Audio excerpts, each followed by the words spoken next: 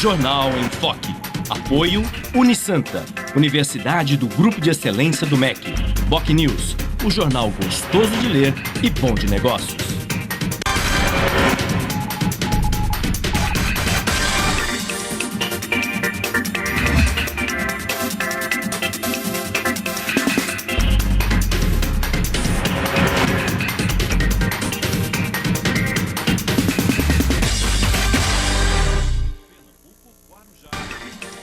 Olá, bom dia. Começa agora pela Santa Cecília TV, ao vivo, uma nova edição do Jornal em Foque. E nesta quinta-feira, 16 de abril, nós estamos recebendo com muito prazer o presidente da CET, Companhia de Engenharia de Tráfego, Antônio Carlos Silva Gonçalves, e como comentarista do programa de hoje, o colega jornalista Humberto Chalub, que é diretor da Faculdade de Arte e Comunicação da Universidade de Santa Cecília e diretor do semanário BocNews. Vamos agora às manchetes de hoje, de jornais e sites, com a colega jornalista Cris Chalub. Bom dia, Cris. Bom dia, Chico. Bom dia a todos. Na Folha de São Paulo de hoje, Polícia Federal prende Vacari, tesoureiro do PT. O Estado de São Paulo, tesoureiro do PT, é preso na Lava Jato. O partido anuncia a saída do cargo. Em A Tribuna, CETESB aplica multa de 22 milhões e meio de reais a Ultracargo. No BocNews, CETESB multa Ultracargo em mais de 22 milhões de reais pelo incêndio em tanques. Santa Portal, Ministério Público libera uso de Aedes aegypti transgênico para combater a dengue em São Paulo. G1 Santos e região, casal é preso por matar homem e simular suicídio. E no portal da UOL, rodovias federais terão aumento extra no pedágio com lei dos caminhoneiros. Chico? Obrigado, Cris. Muito bem. E duas empresas disputam a operação do transporte coletivo em Santos. Enquanto a concorrência municipal não for decidida, a Aviação Piracicabana continua operando o serviço de forma precária, porque foi prorrogado o contrato até 20 de setembro, mas na verdade vai operar até o instante em que a nova empresa vencer a concorrência e assumir a operação do transporte coletivo municipal em Santos. Mas além do transporte público municipal, no programa de hoje nós vamos debater também o trânsito, uma das maiores preocupações da população santista, e que tem levado a CET a adotar uma série de medidas para garantir a fluidez do tráfego, como, por exemplo, a proibição do estacionamento nas principais avenidas de Santos, caso da Avenida Washington Luiz, no Canal 3, e agora, mais recentemente, da Avenida Conselheiro Neves, que tem o estacionamento proibido em determinados horários do dia.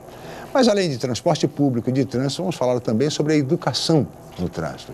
Isto porque Santos tem muitos motoristas, uma relação de 1,4 habitantes por veículo, uma das maiores relações do Brasil, sem dúvida nenhuma, mas tem também um contingente expressivo de motoristas imprudentes, negligentes, de motociclistas e motoqueiros abusados, atrevidos e de ciclistas também irresponsáveis, que desrespeitam a sinalização semafórica e colocam em risco a integridade e a vida dos pedestres, que afinal somos todos nós.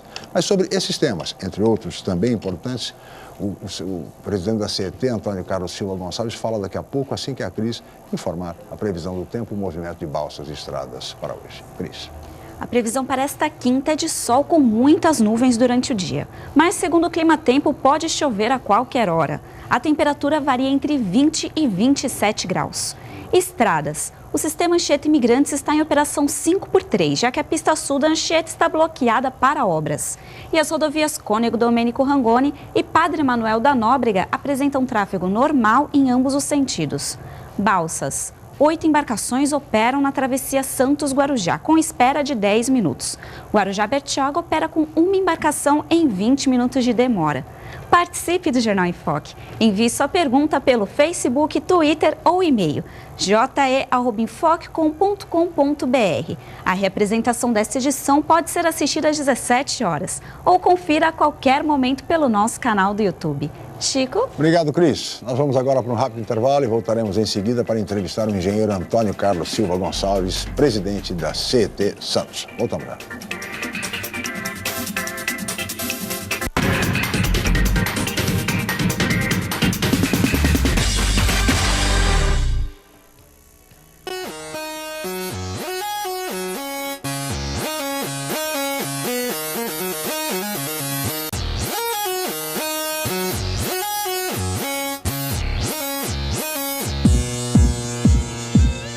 Encontre o melhor caminho para a carreira profissional.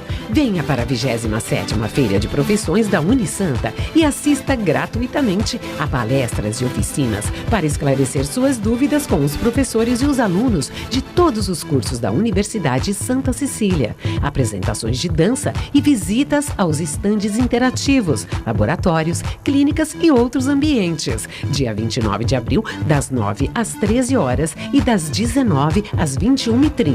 Na Universidade Santa Cecília. Entrada franca com sorteio de brindes. Feira de Profissões Unisanta.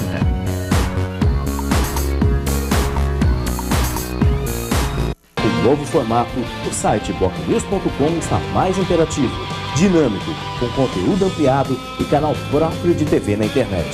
São mais notícias com credibilidade para curtir e compartilhar, em qualquer hora e lugar, seja pelo computador, tablet ou celular. Inclua o bocnews.com na lista dos seus favoritos e tenha ao seu lado a informação indispensável para o dia a dia. Jornal Bocnews e bocnews.com. Experiência e inovação para bem informar. O Brasil de Todas as Telas é o maior programa de financiamento ao audiovisual da história do país. Oferece uma linha inédita de investimento para a produção de conteúdos destinados às TVs públicas, no valor de 12 milhões de reais por região, totalizando 60 milhões. Serão produzidas 260 horas de programação em séries de ficção, documentário e animação para os públicos infantil, jovem e adulto. Se você é produtor independente, inscreva-se até 27 de abril. Saiba mais no site do FSA, Ancine e Governo Federal.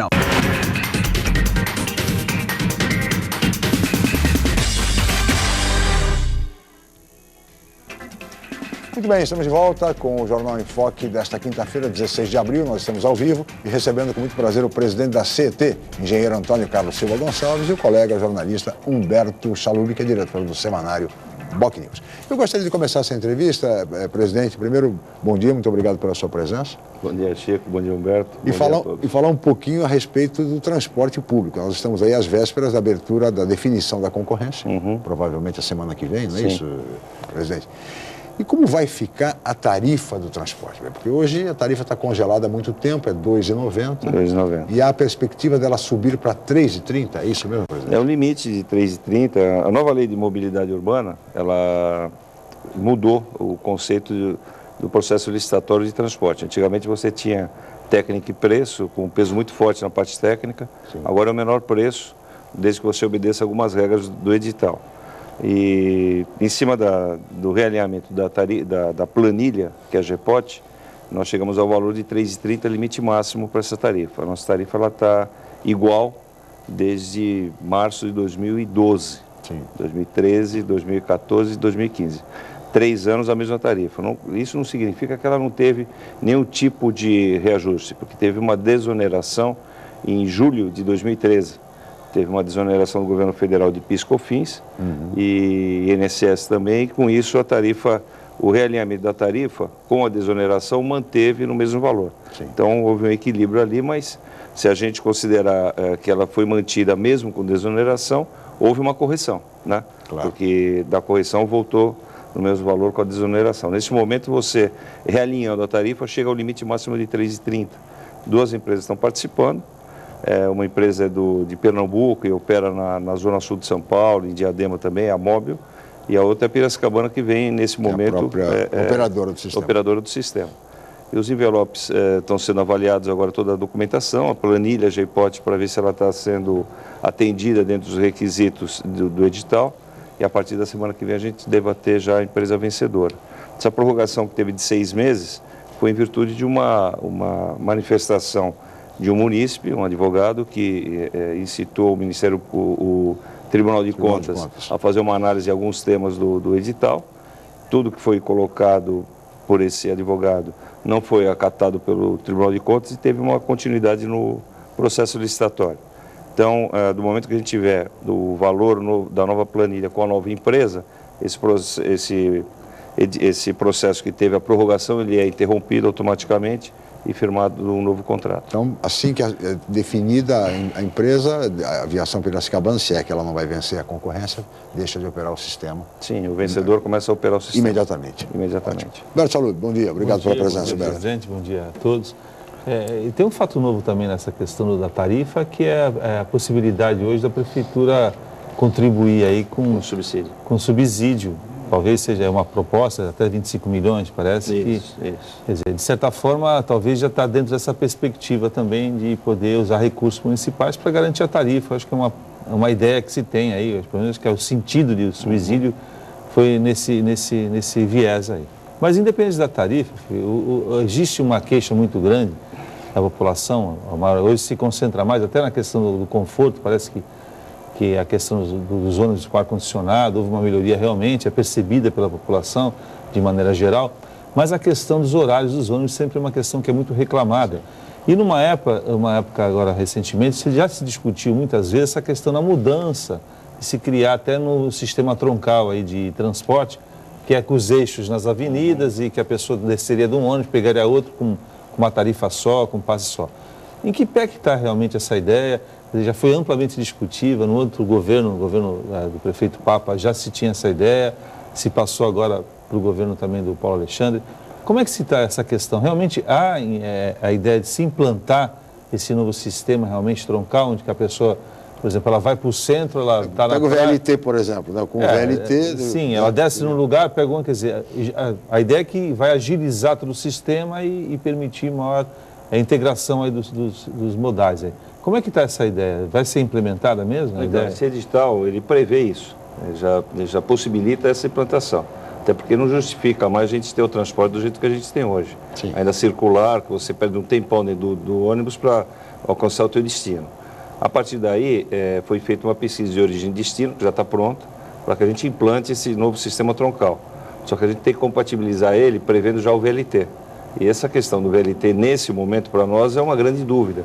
Afinal de contas, quando que o Judiciário vai liberar o VLT para ter prosseguimento às obras desse modal? Porque a integração do VLT com esse transporte de ônibus é o grande desafio, né?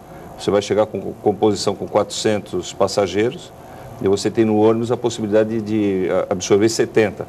Claro que 400 vão descer no mesmo ponto, mas você vai ter que absorver esse pessoal o tempo inteiro, porque senão não justifica a implantação do VLT.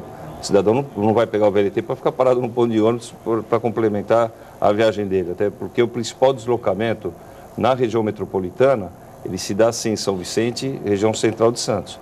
Mas o principal deslocamento em Santos, ele se dá na região da Orla, região central. Então a complementação do VLT se dá através dos ônibus.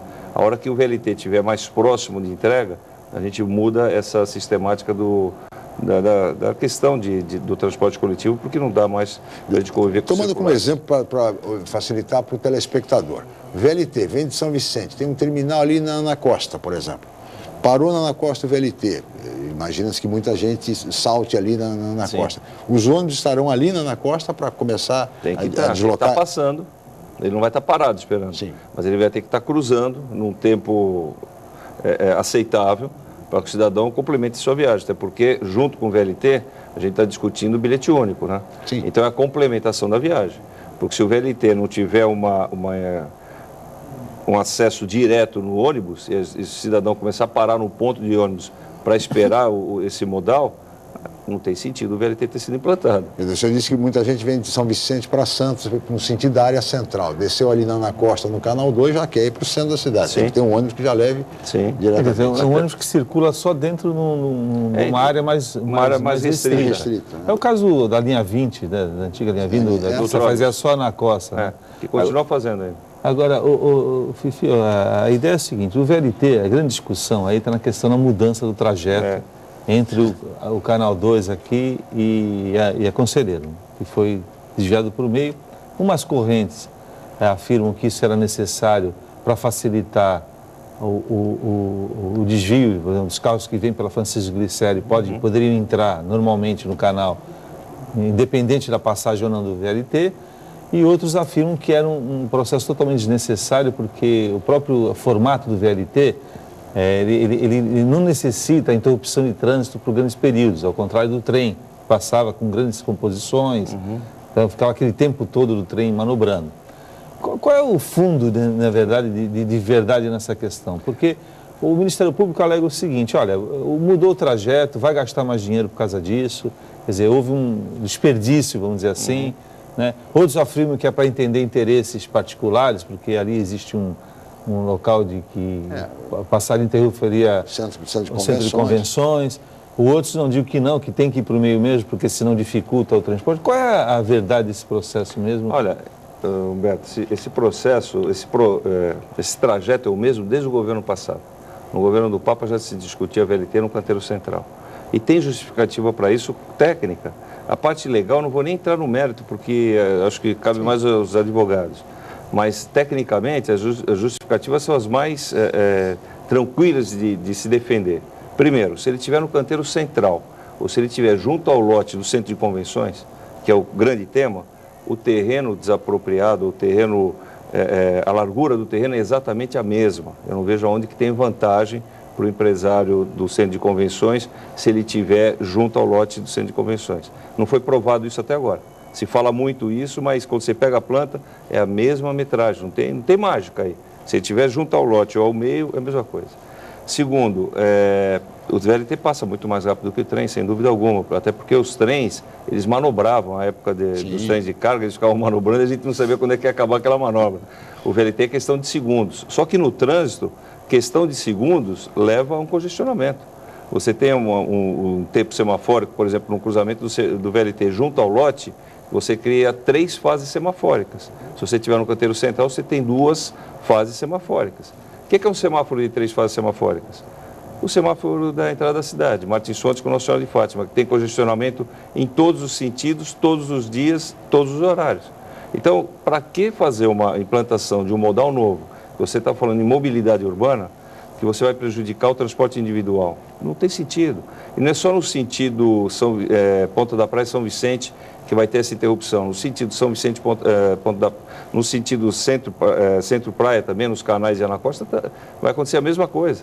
Então a gente vai criar impactos no trânsito que não são necessários. Essa discussão, acho que ela tinha que sair do lado judicial e ir para o lado técnico. Agora, falando em lado técnico, em que medida procede a informação também, a discussão, de que para a segunda fase do VLT, ou seja, quando ele vai acessar, depois da Conselheiro Neves, ali a Campos Melo, Silva Jardim, haveria necessidade de ele ficar no canteiro central por conta dessa manobra ou não? Sim, é no retorno, porque ele vai, na verdade, virou a terceira etapa já. Terceira etapa já. Porque a primeira etapa deveria ter sido lá de São Vicente até a Senador Dantas. Isso. Mas não foi de São Vicente até a Conselheiro Neves. A segunda etapa foi a complementação da Conselheiro Neves a Senador Dantas, onde está o pátio de manobras do VLT, né? E a terceira etapa, ele pegando a Campos Melo, indo para o centro, fazendo a volta toda na João Pessoa, voltando pela Amador Bueno, enfim. Essa virada para Campos Melo não tem problema algum com a Conselheiro Neves, mas o retorno, ele vem pela Constituição. Quando chega na Praça Champanhar, na altura da Luiz Gama, ele pega a Conselheiro Neves e ali na Conselheiro Neves ele faz uma curva a 90 graus e volta para Francisco Glicério.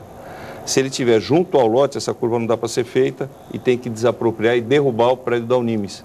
Só isso. Só essa molezinha. Aquele prédio da Universidade, da Faculdade de Educação Física, vai para o chão, porque não dá para fazer essa curva. Então, são discussões que, se você pega tecnicamente, é tão claro isso tudo, só que o campo técnico não está sendo discutido. Priorizado nessa discussão. Não, está se discutindo a questão judicial. E a questão judicial está demandando um tempo, que eu não sei até quando isso vai.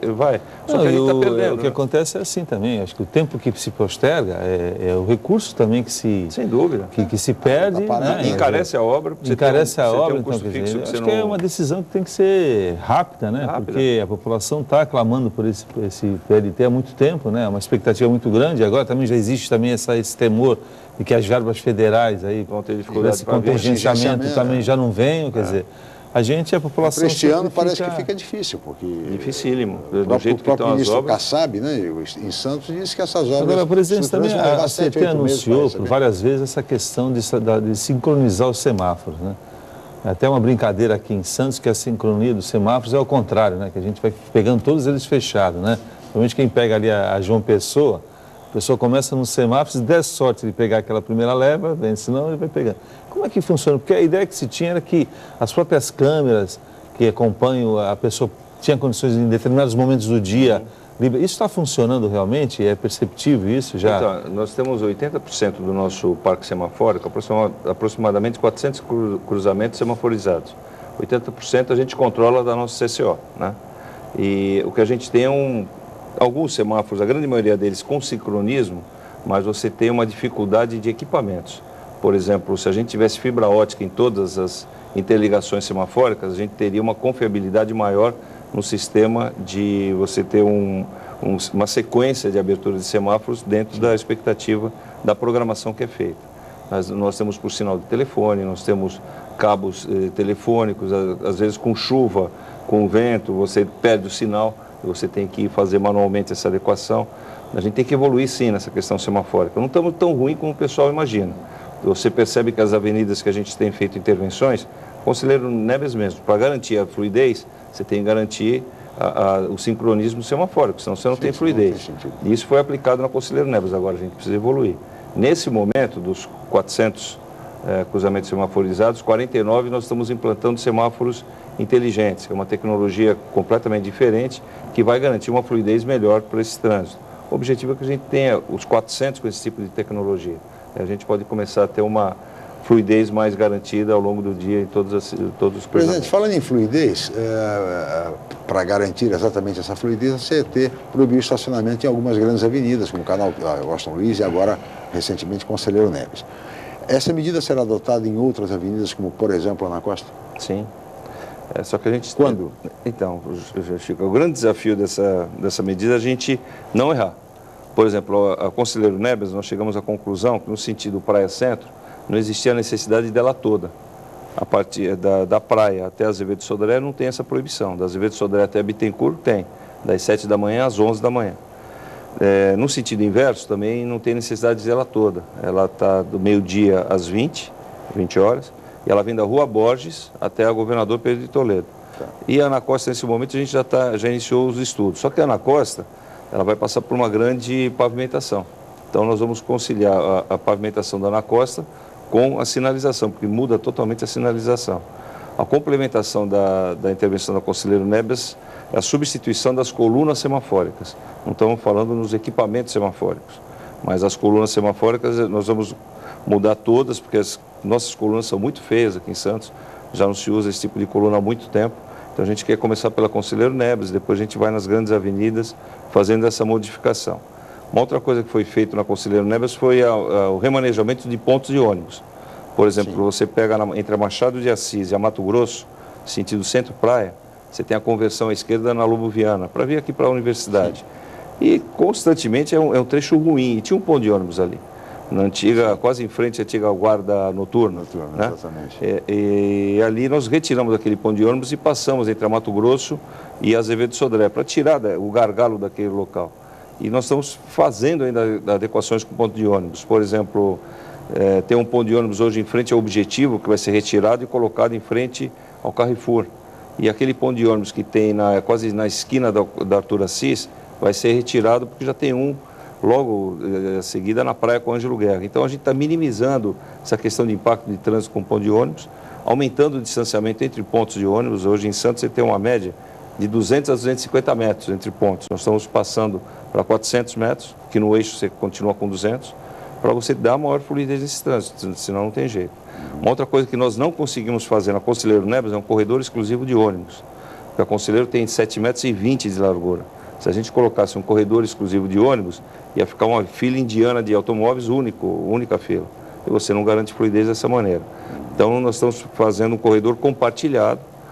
Claro que nem sempre tem o respeito devido, porque as pessoas acabam acomodando os veículos onde tem o espaço vai estar na faixa da direita sempre, mas a retirada desses veículos já nos demonstra que dá uma tranquilidade melhor no trajeto, traz segurança, diferente do que muitos achavam, que traria aumento de velocidade e insegurança, traz segurança porque o cidadão que está dirigindo, ele visualiza a calçada com maior tranquilidade, não tem gente entre os carros. Então, quando alguém vai atravessar, você está vendo com maior facilidade. Sim. E com isso você garante uma fluidez e garante a segurança também. A Conselheiro tem um problema que o canteiro central é muito estreito que é até perigoso, muito perigoso. O problema é que tem uma lógica matemática, né, Chico? A gente vive numa ilha, né? Santos é uma ilha, né? A parte aqui insular, quer dizer, houve uma verticalização. Imaginar que onde existia uma casa, uma garagem que comportava aí 2 carros, Hoje você tem um prédio com 50 unidades aí, cada um com 2 garagens, quer dizer, cada família hoje com 2, 3 veículos. Quer dizer, não tem espaço físico para acomodar isso tudo, né? Talvez aí entre as políticas de transporte e mobilidade, sem dúvida, inclusive essa questão das ciclovias que estão sendo instaladas. Esse é um ponto também, outro que está sendo discutido bastante, porque as ciclovias do canal estão sendo inacabadas aí também, que parece que as obras começam e não concluem. Eu não sei porque que obra no Brasil acontece isso. Nós temos alguma síndrome do inacabado, né? É verdade. A gente ficar lembrando, a população não gosta de reclamar. O jornalista não gosta de reclamar, mas, pô, banda de não música, acaba? foguetório e tal. Aí o cara começa uma obra aqui, em vez de começo, meio e fim, aí ele já faz uma aqui, daqui a pouco começa uma lá na esquina, daqui a pouco começa outra na esquina, aí faz a praça na casa e fica tudo inacabado. E a ciclovia dos canais, a que parece, pelo menos nos primeiros momentos, é que elas são umas ciclovias meio, né, vamos fazer para dizer que está feito, porque a metragem do espaço lá tem alguns pontos de 80 centímetros, ao lado daquela muretinha, que eu acho que se a pessoa chegar ali e dar um empurrãozinha, o coitado dos peixes lá vão ser atropelados pelas bicicletas. Então, eu acho que assim, existe também uma questão política, acho que a cidade tem que discutir, ou talvez um plebiscito, o que nós queremos, na verdade, né? Os canais, eles poderiam abrigar umas ciclovias, desde que pudessem ampliar um pouco a calçada, até para dentro do canal, porque também ficou essa coisa do tombamento, né? Eu acho que a gente poderia ter alguns pontos realmente tombados, que a gente vai preservar a história, mas o mundo caminha, a gente tem que progredir também dentro da realidade que a gente está contemporânea, que a gente vive. Então, o que está acontecendo é que nós vamos ter umas ciclovias ali que o cara disputa entre a árvore, porque não pode tirar a árvore, porque é questão ambiental e não se deve tirar mesmo, né? Não pode mexer no canal na mureta, então se coloca porque também não tem espaço. Como é que fica essa questão? Quer dizer, como é que você vai incentivar que a gente utilize bicicleta em Santos se não há essa percepção? Mas olha, presidente, você vai responder essa questão das ciclovias, que é uma questão polêmica, no próximo bloco. Nós vamos para um rápido intervalo, voltaremos em seguida aqui para o Jornal em Foque.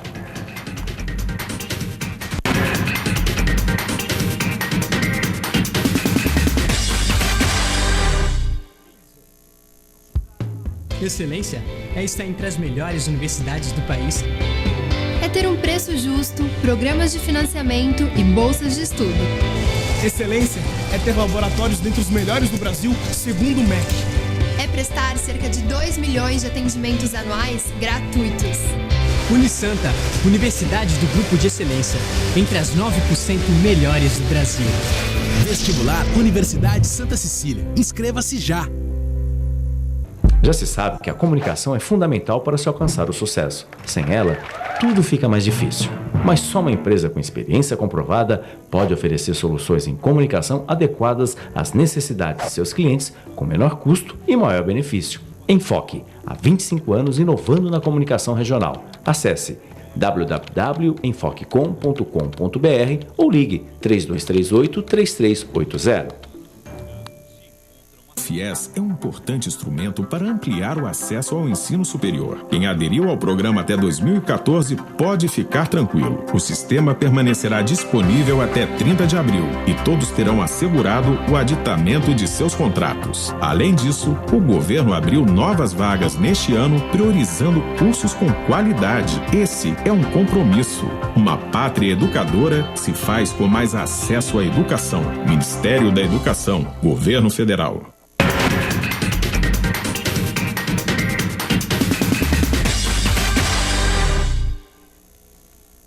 Muito bem, estamos de volta com o Jornal em Foque desta quinta-feira, 16 de abril. Estamos ao vivo e recebendo com muito prazer o presidente da CET, Antônio Carlos Silva Gonçalves, e o colega jornalista Humberto Chalub, que no bloco anterior deixou um questionamento a respeito da política com relação às ciclovias, a malha cicloviária de Santos, e especialmente uma que está sendo construída aqui no Canal 4, que não acaba.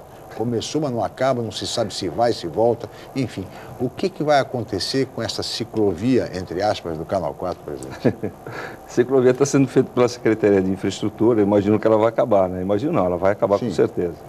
O objetivo é uma malha cicloviária no município para você interligar a cidade, uma cidade plana. Acho que existem já algumas ciclovias implantadas que demonstram que elas são utilizadas. A do Canal 1 é uma, que ela foi implantada uma concepção diferente do Canal 4. E a do Canal 1 não apresenta nenhum tipo de problema, não tem nenhum problema de acidente mais grave naquele local. A própria Ana Costa, que reclamaram muito da ciclovia da Ana Costa, ela tem uma largura de 80 centímetros, com 2 pistas indo e vindo, o risco do cidadão cair na avenida. eu vou te dar um exemplo. No intervalo a gente ainda falava sobre uma palestra que você estava falando, a palestra de Amsterdã. Um seminário no SESC a respeito de ciclovias que técnicos de Amsterdã estiveram em Santos tratando disso. As bicicletas compartilham a calçada com os pedestres sem nenhum tipo de sinalização.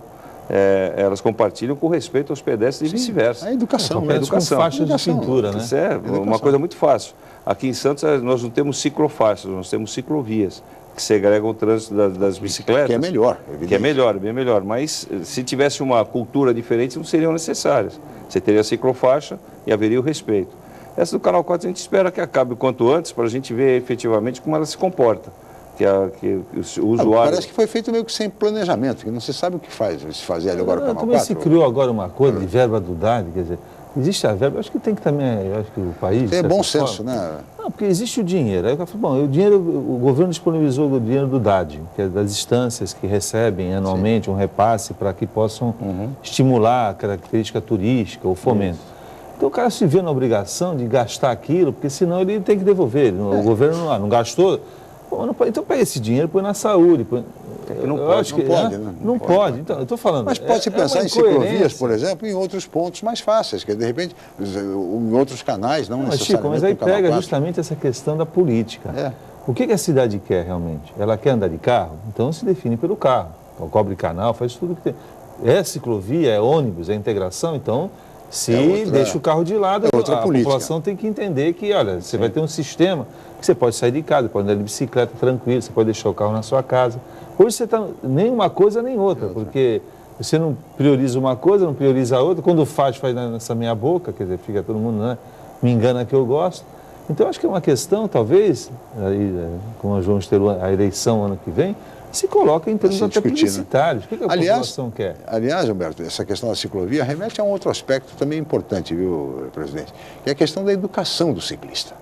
Porque o senhor citou agora a ciclovia na Costa. Funciona, tem grande movimento, mas os ciclistas desrespeitam a sinalização semafórica existente para eles na própria ciclovia da Ana Costa.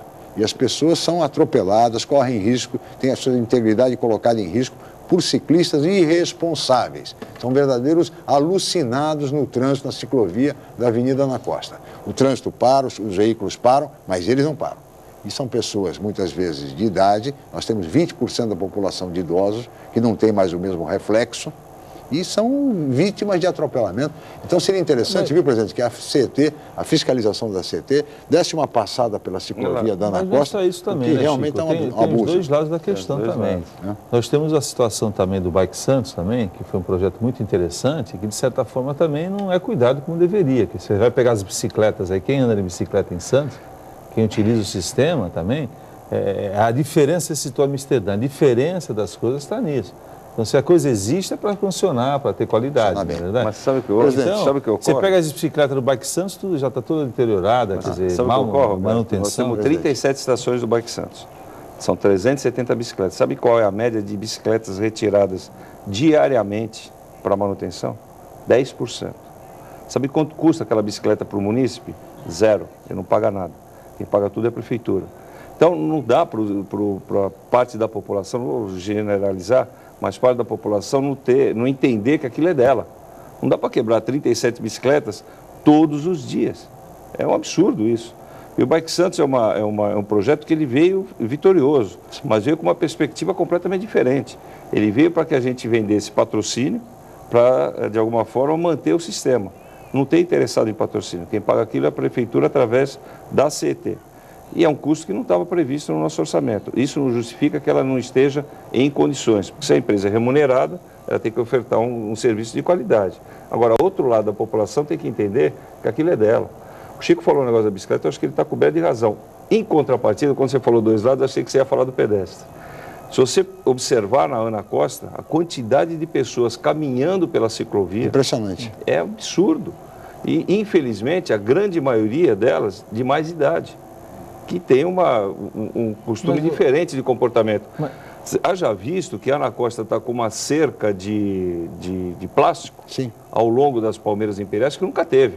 Por que isso?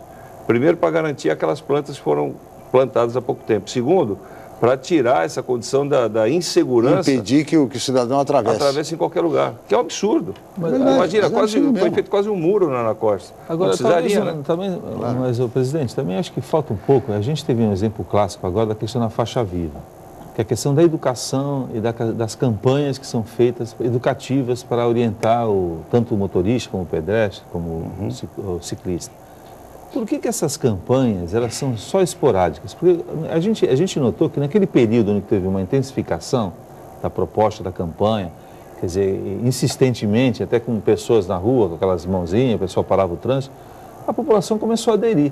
Acho que na mesma proporção em que se começam a se parar essas campanhas, né, interromper, olha, acho que já está bom, o pessoal volta a cultuar os velhos hábitos, né?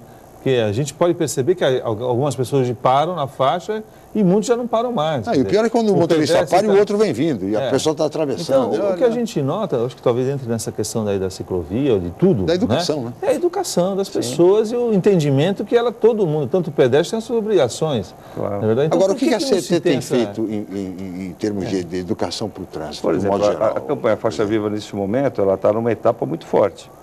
É que nem todos estão familiarizados com o que a gente está falando.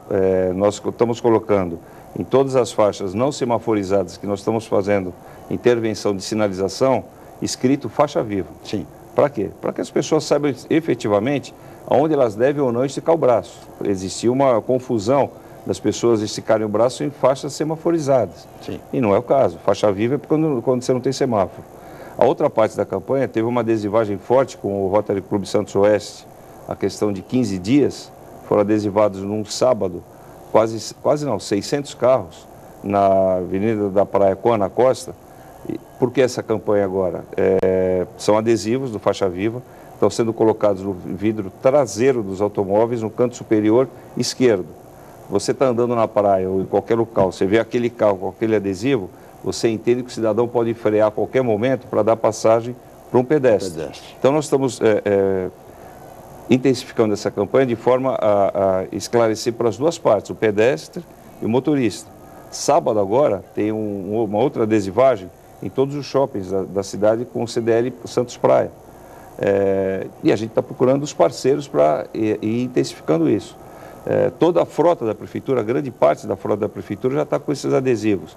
Nós temos hoje em Santos 4.000 veículos adesivados, de uma frota de automóveis, 150 mil veículos. Nosso total de frota é 300 mil, mas aí tem moto, caminhão e automóveis. De automóveis, 150 mil. É uma campanha que não pode parar e não está parando. Tem que ser permanente. Permanente. Só que a gente precisa agora uma inserção da sociedade. Por exemplo, quando nós formos fazer a adesivagem, às vezes a gente cobra muito do poder público, e aí eu não estou me colocando como poder público, estou me colocando como cidadão. A gente cobra muito do poder público a ação para que a gente tenha uma reação. Quando nós fomos fazer a adesivagem, muitas pessoas não deixaram adesivar, falando que, eu não vou fazer isso porque é da CET. Não é da CET, é da cidade.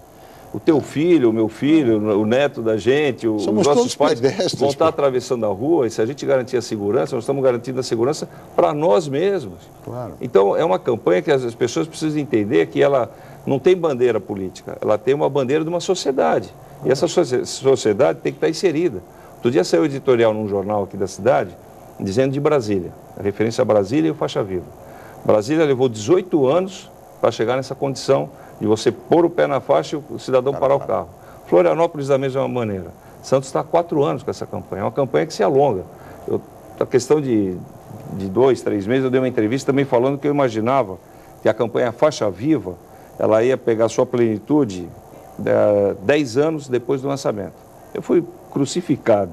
Por que daqui a 10 anos? Porque você forma duas pontas. Você forma uma garotada que ainda não entrou no sistema de trânsito, que hoje está com 8 anos de idade, quando tiver 18 vai levar 10 anos, e já vão ter uma conscientização completamente diferente.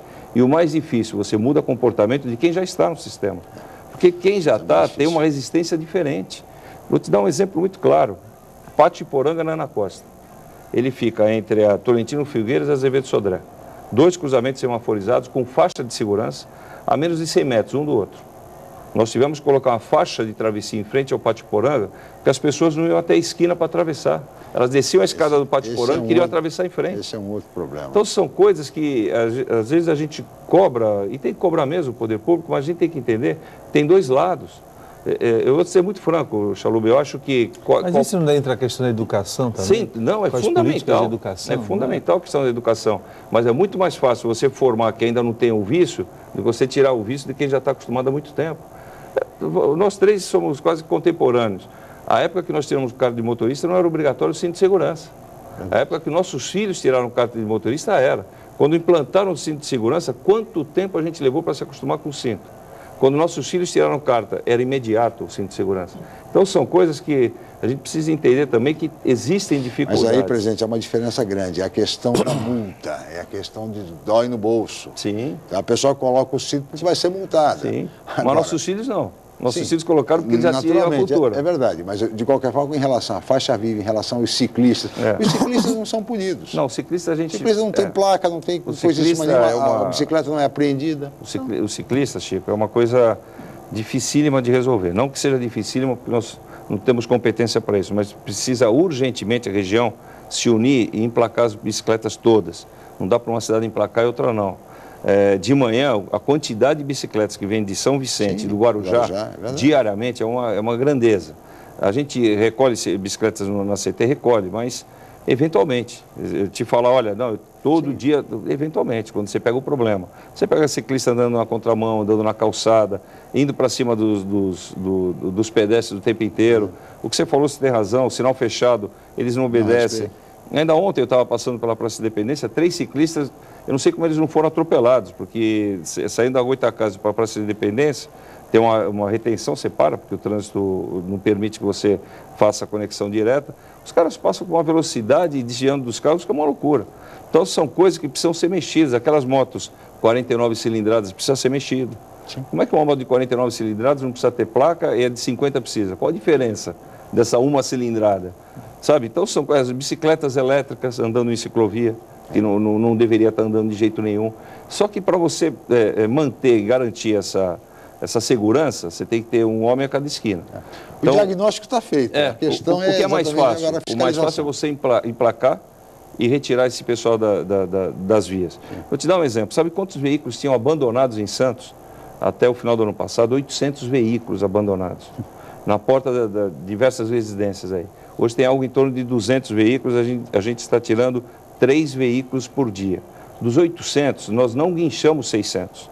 Nós devemos ter guinchado algo em torno de 180 a 200. Os outros 400 saíram rapidamente quando o prefeito Paulo Alexandre colocou a lei do Lata Velha, que se o veículo estivesse lá e causando transtorno, impacto ao meio ambiente, teria uma multa de R$1.000 na pessoa proprietária do veículo, independente se ele ainda era ou não o último proprietário do veículo registrado. Sim. As pessoas rapidamente tiraram esses veículos. A mesma coisa precisa fazer com bicicleta, com 49 cilindradas. A multa. Quando dói no bolso, as pessoas tomam providência. Presidente, peço sua licença. Humberto, nós vamos para mais um rápido intervalo. Voltaremos em seguida no Jornal em Foco.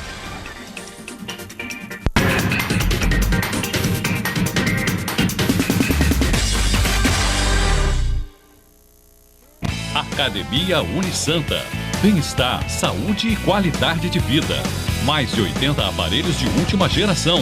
Profissionais qualificados para orientar as atividades de modo personalizado. Ambiente agradável com muito conforto para todas as idades. Musculação é na Unisanta. Academia Unisanta. Dê uma força para a sua saúde. Informações 3202-7126. Com novo formato, o site bocnews.com está mais interativo, dinâmico, com conteúdo ampliado e canal próprio de TV na internet. São mais notícias com credibilidade para curtir e compartilhar, em qualquer hora e lugar, seja pelo computador, tablet ou celular. Inclua o bocnews.com na lista dos seus favoritos e tenha ao seu lado a informação indispensável para o dia a dia. Jornal Bocnews e bocnews.com. Experiência e inovação para bem informar. Campeonato Paulista na Santa Cecília TV. Acompanhe aqui os jogos dos times da região.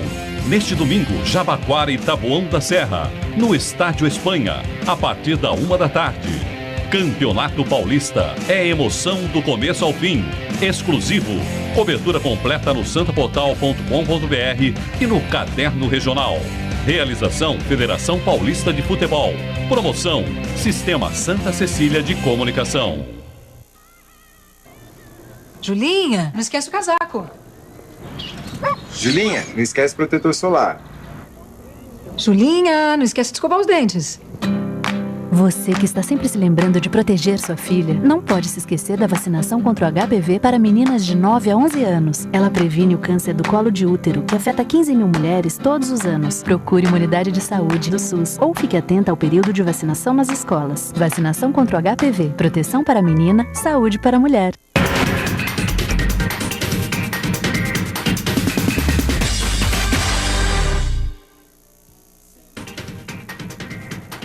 Muito bem, estamos de volta. Esta quinta-feira, 16 de abril, recebendo hoje com muito prazer o presidente da CET, engenheiro Antônio Carlos Silva Gonçalves, e o colega jornalista Humberto Chalub, que é diretor do semanário Boc News. E agora temos perguntas de telespectadores. Cris, por favor. O Marcos da Aparecida pergunta por que as faixas vivas não são colocadas do lado oposto, de onde existe conversão de veículos. Do jeito que está, existe o risco de atropelamento, uma vez que o motorista está com atenção no sentido contrário do trânsito. Presidente. Sinceramente, eu não consegui entender. Do lado oposto... Repete, por favor. Não, acho que o que ele quis dizer é o seguinte, por exemplo, quando você vai fazer a conversão, você está olhando para lá e a faixa está aqui. Então você está com a ideia de ver o trânsito que vem para dar entrada e quando você vai colocar o veículo, você tem uma faixa que a pessoa está atravessando. Mas a faixa está sempre antes da conversão. Não sei, acho que foi nesse sentido que ele... As faixas, elas são colocadas conforme o Código Nacional de Trânsito, elas não são colocadas da maneira que a gente quer, né? E elas têm um sentido, elas estão sempre antes da conversão. Agora, eu não entendi direito a colocação. Que é esse o sentido.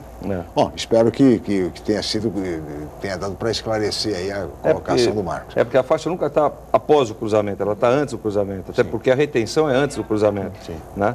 E não tem sentido você ter uma faixa depois do cruzamento. Agora não... Bom, qualquer coisa o Marcos volta em contato conosco para esclarecer. Mas, Cris, tem mais perguntas, por favor. Isso mesmo, do Martinho Leonardo. Ele diz o seguinte: o fluxo centro-praia no fim da tarde na rua Silva Jardim é muito intenso.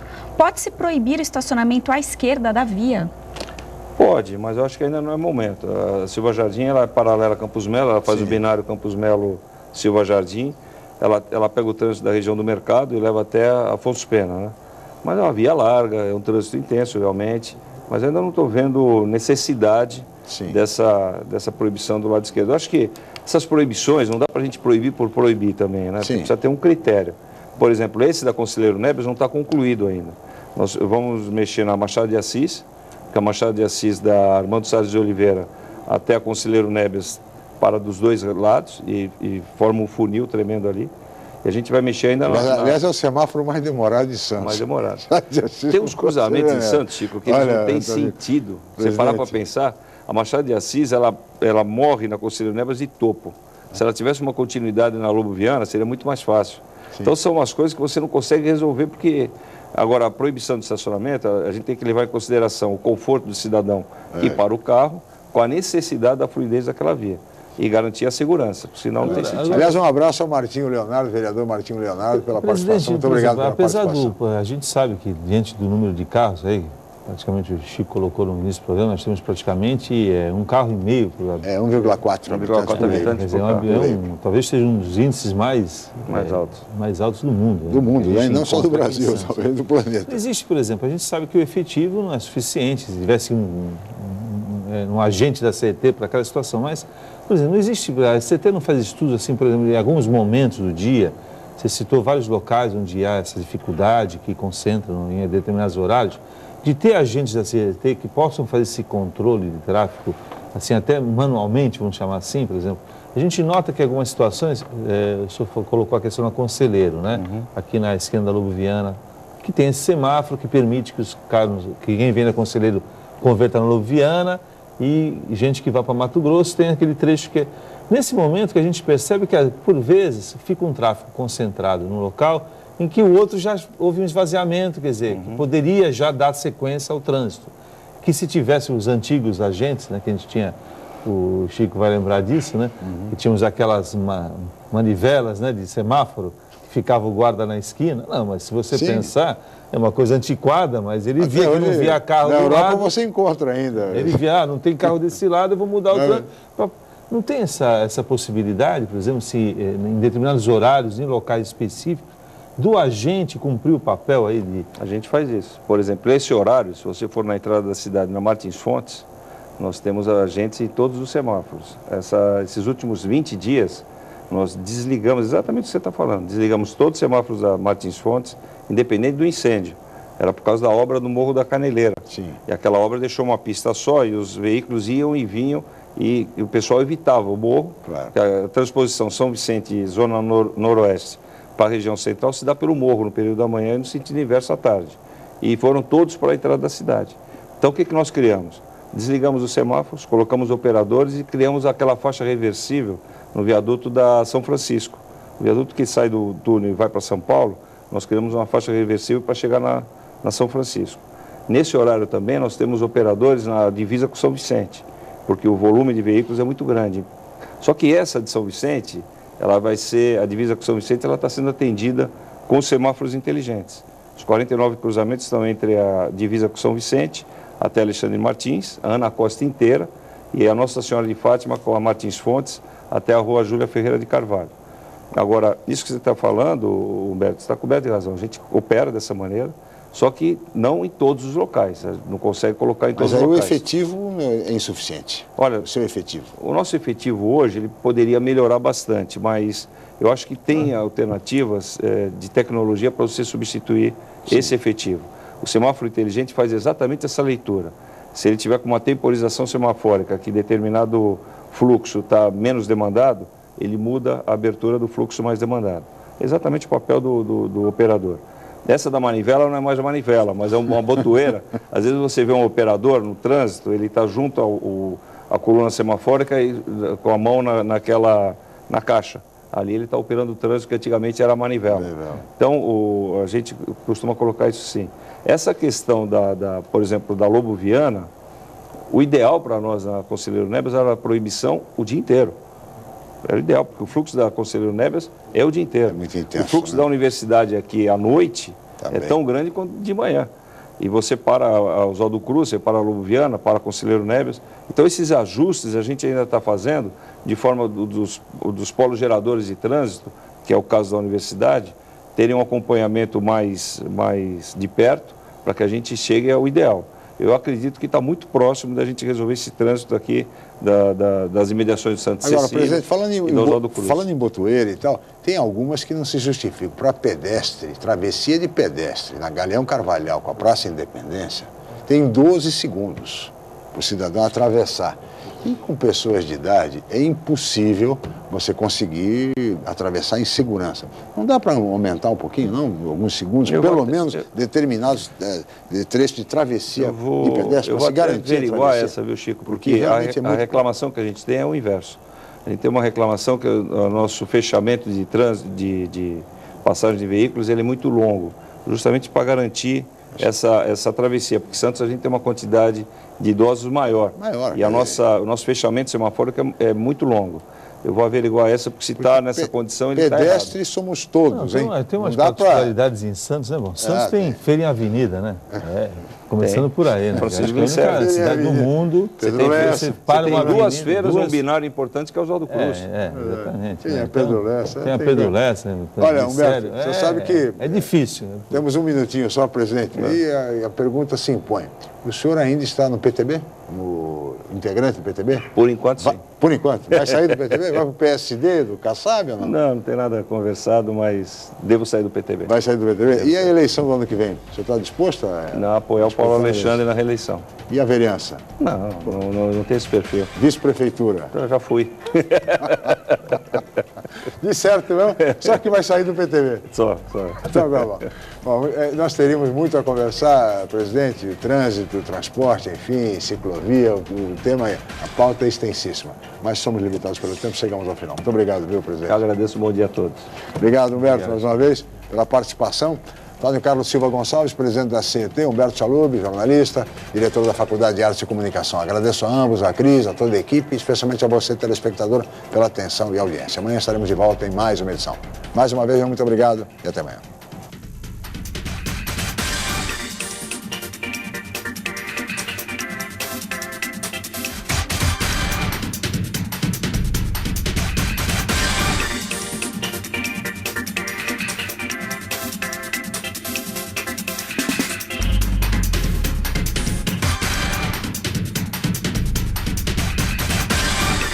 Jornal em Foque.